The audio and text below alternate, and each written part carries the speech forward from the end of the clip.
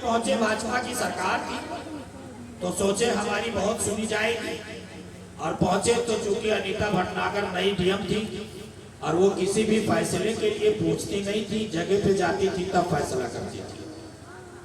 उन्होंने इन जमातियों की बात सुनी और जल्दी से गाड़ी निकाला और सबको लेकर के आ गई, कहा देवा शेख।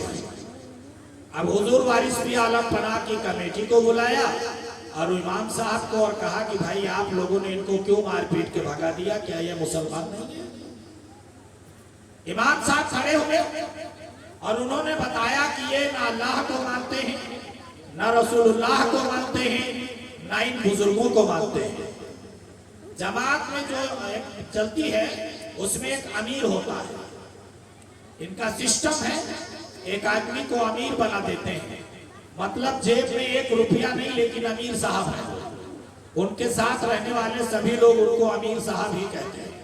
खैर, तो अनीता भटनागर ने कहा कि क्यों जमाती हो, क्या ऐसा मसला है कि तुम अल्लाह रसूल को और इन बुजुर्गों को नहीं मानते? तो उसने जवाब दिया, जो अमीर था, तो कहा 2 बातें गलत हैं, 1 बात सच है। कहा वो क्या?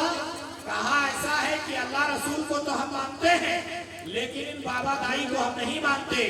खड़ी हो गई और कहा चुप हो जाओ, इस्लाम तुम्हारे बाप ने नहीं फैलाया है, इन्हीं सूफी संतों से इस्लाम तुम तक पहुंचा है।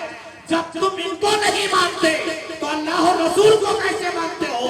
अपने टैप मास्टर को ऑर्डर दिया कि लिखो ये वारिस पिया की बारगाह है, यहाँ ना जमात आएगी और न इनका साया आएगा, इसलिए कि इनका इस्लाम में कोई दखल नहीं। नारे तकबीर, नारे रिसालत, या रसूल मसलके आला हजरत, जिंदाबाद मस्तान सा बाबा का दामन, जिंदाबाद। नारे तकबीर, अल्लाहु अकबर। नारे रिसालत।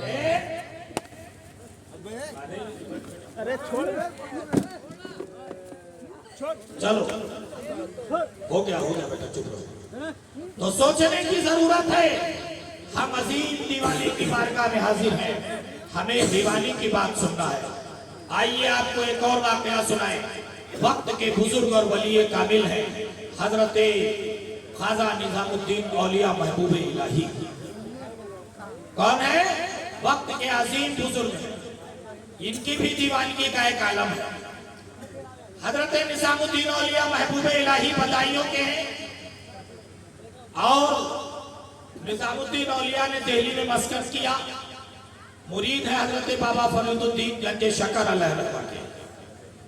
ख्वाजा निजामुद्दीन औलिया महबूब इलाही मुरीद होने से कबल ही उलूम ज़ाहिरी हासिल करने के बाद अपने वक्त के मायनाज आलिम बनकर हजरत बाबा फरीदुद्दीन गंजे शकर अलैहि रहमत की बारगाह में हाजिर हुए। हजरत बाबा फरीद गंजे शकर की खानका का दस्तूर था कि जब भी कोई शख्स आलिम वक्त आता, मुरीद होता, और आप उसे खिलाफत देना चाहते तो अपने खानका में 40 दिन रियाजत कराते उससे, ज़ोहदो वरा कराने के बाद उसे खलीफा बनाते। लेकिन सरकार निजामुद्दीन औलिया महबूब इलाही जब वहां पहुंचे तो आप मुरीद हुए, और रिवायतों में आता है कि जोहर से कब्ल मुरीद हुए, अजान हो गई, नमाज पढ़ी, और वापस जब पीर की बारगाह में हाजिर हुए तो आपके पीरो मुर्शद हजरत बाबा फरीद गंजे शकर ने आपको खिलाफत और इजाजत दे दिया। अच्छे कुछ लोग बुजुर्गों की बारगाह में कुछ लालच से पड़े रहते हैं, और खिलाफत इजाजत लालच से नहीं मिलती, ये उस अल्लाह के बंदे का दिल हो जाए उसे दे देते। तो एक शख्स जो था वो सरकार निजामुद्दीन और बाबा फरीद के यहाँ काफी दिनों से इस हिसाब से पड़ा था कि हजरत की खिदमत करूंगा और मैं खलीफा बन जाऊंगा तो फिर पूरी दुनिया में हजरत के नाम से कमाता खाता रहूंगा। खिलाफत कमाने खाने के लिए नहीं दी जाती है, खिलाफत दीन को फैलाने के लिए दी जाती है, रूहानियत के मिशन को बताने के लिए दी जाती है, इंसान को सही रास्ते पे लाने के लिए दी जाती है। अब आखिर उसने कुछ और समझा था। ये निजामुद्दीन औलिया महबूब इलाही मुरीद होकर जब चले आए, बहुत से मुरीद हुए आपके, उन्हीं में से एक मुरीद है आपके हजरत अमीर खुसरू। हजरत अमीर खुसरू रहमतुल्लाह ताला अलैह अपने वक्त के वली कामिल भी हैं और आपके मुरीद बरहक भी हैं। अब उसके बाद एक दिन हजरत निजामुद्दीन औलिया को अपने पीर की बहुत याद आई। तो आप दिल्ली रहते थे, पीरो मुर्शद पाकपटन रहते थे, तो आपने अपने मुरीदे खास हजरत अमीर खुसरू ने तोहफा भेजा, और तोहफा भेजने के बाद में वो लेकर के चले, और जब चले और पहुंचे पाकपटन तो तोहफे को पेश किया, सलाम पेश किया। हजरत खाजा निजामुद्दीन औलिया ने पूछे महबूबे इलाही के पीरो मुर्शद हजरत बाबा फरीदुद्दीन गंजे शकर ने पूछा कहाँ से आए हो? कहा दिल्ली से आए हैं। कहा किसके मुरीद हो? कहा निजामुद्दीन औलिया के मुरीद हैं।